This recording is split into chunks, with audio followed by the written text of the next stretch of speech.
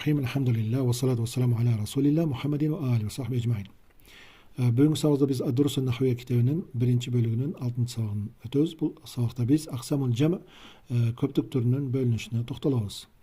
Біз бұға чейінгі сабақтарда ісімдің музаккар жана муаннасқа, еркек жана аял тегіне бөлінішін өттік. Андан кейін ісімнің дағы үшке бөлінгендігін өткенбіз. Тақтап айтқанда жекелік, екілік жана көптік түріне. Азырқы сабақта болса біз ошол үчүнчү бөлүк болгон көптүк түрүнүн дагы да экиге бөлүнүшүнө токтолобуз. Ва янкасмул жамъу иля кисмайни, демек жам көптүктөр бул эки бөлүккө бөлүнөт экен. Жамъу таксир бул сынык жамдын мааниси тууралуу кийин кененирээк токтолобуз. Ва мисалы наху фудала ва кутубун ва аклам. Тактап айтканда сынык жамга мисал фудала артык болгон кишилер, ва кутубун китептер, ва аклам калемдер деген сыяктуу. Ва жамъу тасахих экинчи бөлүгү бул бүтүн жам же саламат жам деп түшүнсөк болот. Наху мисалы фадилуна ва ау фадилина ва фадилатин деген сыяктуу сөздөр. Эми мына азыр мисалда келтиргенибиздей артык кишилер же артык болгон аялдар деген мисалдарда биз бүтүн жамды, саламат болгон жамды айттык. Бул дагы өзүнчө экиге бөлүнөт десек болот. Мисалы فإذا كان لمذكر سمي جمع مذكر سالما. Эгер ошол бүтүн жам же саламат болгон жам эркектерге айтылса, анда ал жам мудаккар салим, тактап айтканда саламат болгон эркек тегинин көптүк түрү деп айтылат. Экинчиси болсо وإذا كان لمؤنث, ал эми муаннас үчүн, аял теги үчүн колдонулса, سمي جمع مؤنث سالما, саламат болгон аял тегинин көптүк түрү деп аталат экен. إيضاح, açıklama.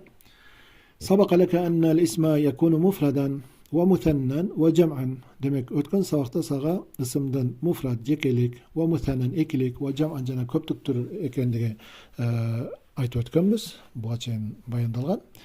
Ve nekulu ima aytavuz. İnnel cem'a leyse nev'an vahiden. Bul cem degen bir türdü gana bulbayt. Bel huve nev'an, belki al iki türdü bulatken.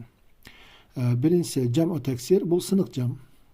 Vahva al sınık cam degeni ma tagayyara fihi bina'u mufradihi.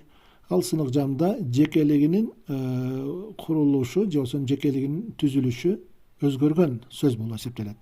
Tактап айтканда, кайсы бир ысым жекелигинен көптүк түргө өткөндө жекелигинин формасы же жекелигинин түзүлүшү өзгөрүүгө душар болот.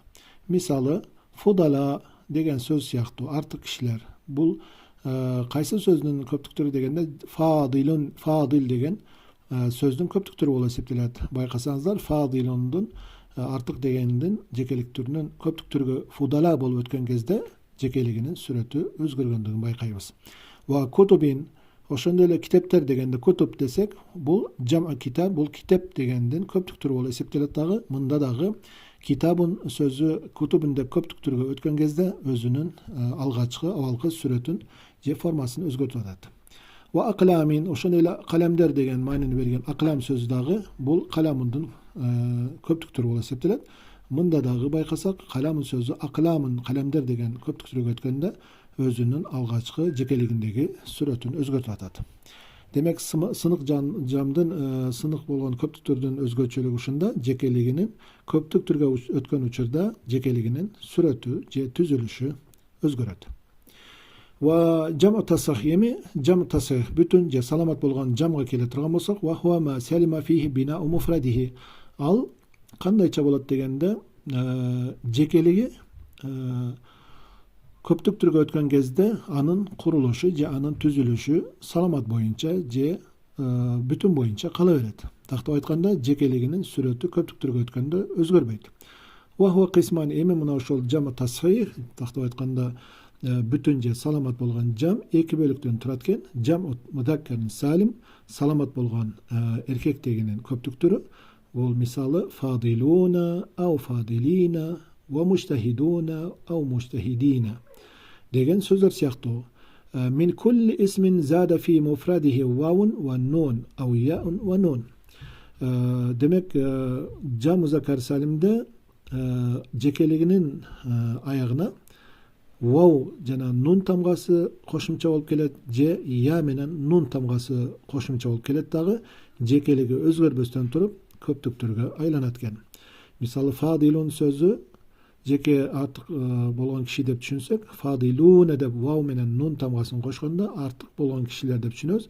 Мында байкасаңыздар, жекелигинин сүрөтү эч өзгөргөн жок болгондо анын артына вау менен нун же я менен нун тамгасы кошулуп келди. Ва жам'у муаннасин салимун. Экинчиси болсо бул саламат болгон аял тегинин көптүк түрү, муаннас жам'у муаннас салим деп аталат. Мисалы буга фадилат ва мужтахидат деген сөздөр сыяктуу. Мин кулли исмин зада фи муфрадихи алифун ва та. Демек бунда дагы аял тегинде дагы жекелиги көптүк түргө өткөн кезде ошол жекелигинин сүрөтү өзгөрбөстөн болгону анын артына алиф менен та тамгасы кошумча болуп келет экен. Мисалы фадилат же мужтахидат деген сыяктуу. Мына ошол жам тасхихтин жам таксирден айырмасы, жам таксирде жекелигинин сүрөтү көптүк түргө өткөндө өзгөрө турган болсо, ал эми жам тасхихте болсо ал экиге бөлүнүп жам музаккар салим жана жам муаннас салим болуп, булардын жекелиги көптүк түргө өткөн кезде жекелигинин формасы же түзүлүшү эч кандай өзгөрбөстөн болгондо артына кошумча тамгалардын келүүсү менен көптүк түргө айланат.